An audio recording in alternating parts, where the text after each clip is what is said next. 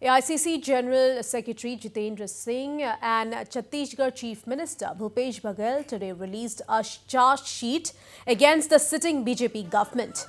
The charge sheet aims to highlight key failures of the Sarbananda Sonowal government and issues like NRC, unemployment and syndicate Raj figure prominently in it. The Congress also aims to corner the sitting government on the issue of tea garden wages and claimed that the jugglery used by the present government to hike wages has boomeranged. The issue of Jati, Mati and Bheti has been played up by the Congress, with the charge sheet claiming that BJP's bid to impose CAA will open floodgates for illegal immigrants to settle in Assam. It also slammed the BJP for its failure to implement Clause 6 in Assam. And on the issue of jobs, the Congress said that the BJP's promise of providing 5 lakh jobs has fallen flat, as 3 lakh posts are still lying vacant. The Congress charge sheet also criticized the government for its failure to declare Assam floods as a national disaster. Charge sheet इस सरकार के खिलाफ आज आपके सामने पेश करना चाह रही है, आपके सामने, आपके द्वारा जनता के सामने पेश करेगी। और ये जो 5 साल की सरकार है, इसको बेनकाब करने के लिए ये चार्जशीट बनाई गई है।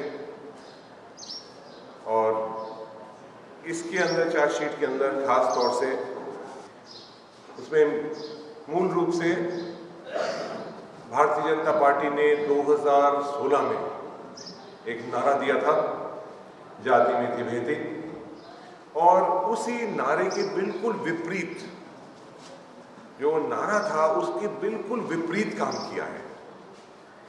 चाहे सीए हो, चाहे किस तरह से एनआरसी के अंदर जो गड़बड़ियां हुई हैं, और हमारा जो आसाम का जो एक संस्कृति है, कल्चर है, जो आइडेंटिटी है, उसको खत्म करने का काम किया है।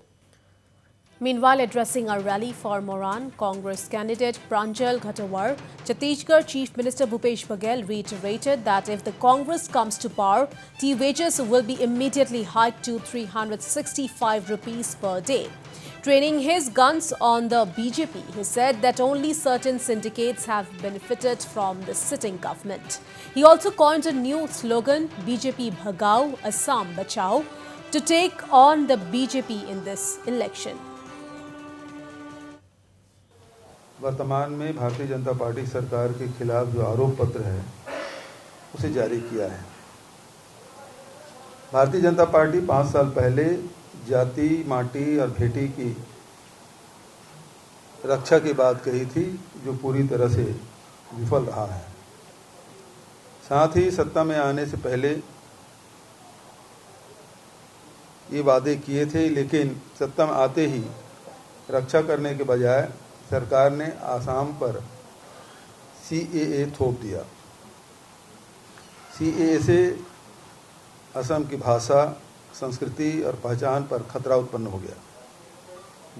बीजेपी सरकार अवैध घुसपैठियों को असम में बस जाने का न्योता दे रही है। भाजपा वादों के बावजूद भी असम समझौते को ही उसकी धारा 6 को लागू करने में भी विफल रही है।